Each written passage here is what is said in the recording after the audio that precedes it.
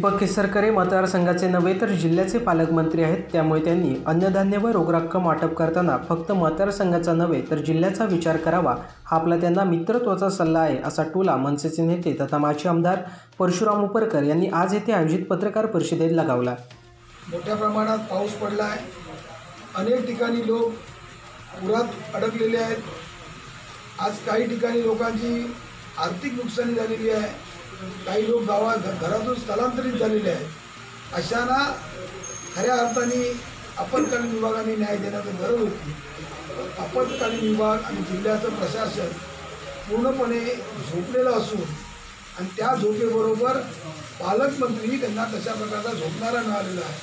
आणि म्हणून या जिल्ह्यातल्या जनतेची खऱ्या अर्थाने जी सेवा करायची होती, ती खऱ्या अर्थाने त्यांना मदत द्यायची होती, ती मदत देऊ शकलेली नाही।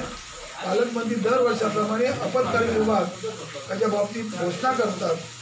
सिंधुदुर्ग जिल्ह्यामधली आपत्कालीनपेक्षा गोव्याची आपत्कालीन विभाग यांना चांगला वाटतो। म्हणजे महाराष्ट्र सरकारने आपत्कालीन केलेला शासन निर्णयापेक्षा गोव्याचा आपत्कालीन विभाग तत्परता आहे। अशाच प्रकारचं जर केसरकरांनी आपल्या मतदारसंघातले जिल्ह्यातले गोव्यातले रस्ते वाहून जात नाहीत, तर सिंधुदुर्ग जिल्ह्याचे रस्ते का वाहून जातात, मग तो पॅटर्न का आणत नाही या ठिकाणी? खऱ्या अर्थाने या जिल्ह्यातले संपूर्ण रस्त्यात या पावसापूर्वी पूर्ण खड्डेमय केलेले आहेत। केसरकरांनी आपल्या पूर्वीच्या निवडणुकीमध्ये अन्नधान्य वाटून लोकांना मदत करण्याचा प्रयत्न करत होते। त्या केसरकरांनी आता येणाऱ्या निवडणुकीपूर्वी, कारण मधल्या काळात त्यांना वाटायला वेळ होता, ते अनेक ठिकाणी आपली मदत पाठवत होते, मुख्यमंत्र्यांच्या मदत पाठवत होते, मुख्यमंत्री निधीला मदत पाठवत होते। आता जिल्ह्यामध्ये अशा प्रकारचा धान्य वाटपाचा कार्यक्रम केसरकरांनी त्यांच्या माध्यमातून सर्व जिल्ह्यामध्ये वाटावा, तो मतदारसंघापुरता मर्यादित ठेवू नये। यावेळी बोलताना श्री उपरकर पुढे म्हणाले, आगामी काळात होणाऱ्या विधानसभा निवडणुका ईव्हीएम मशीनद्वारे न घेता बॅलेट पेपरवर घ्याव्यात, अशी मनसेची आग्रही मागणी आहे। त्यामुळे त्या मागणीबाबत जनजागृती होण्यासाठी मनसेकडून मतदारसंघात मतदारांच्या गाठीभेटी घेण्याचा निर्णय घेण्यात आला आहे।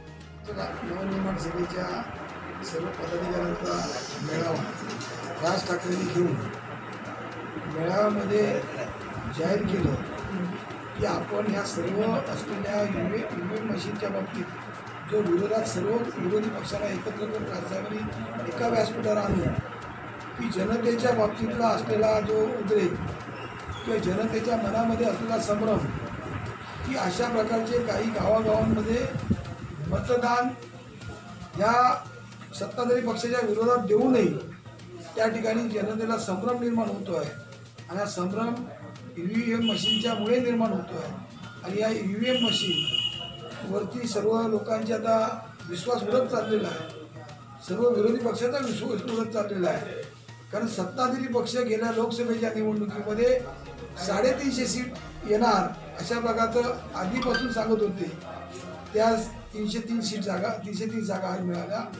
आता विधानसभेच्या निवडणुकीमध्ये काही मंत्री आणि मुख्यमंत्र्यापासून त्यांचे नेते मंडळी बीजेपीचे 300 आणि 220 जागा काढणार अशा प्रकारचं सांगत असताना लोकांमध्ये संभ्रम निर्माण झाला। हे 220 कोणत्या अधिकारात सांगतात?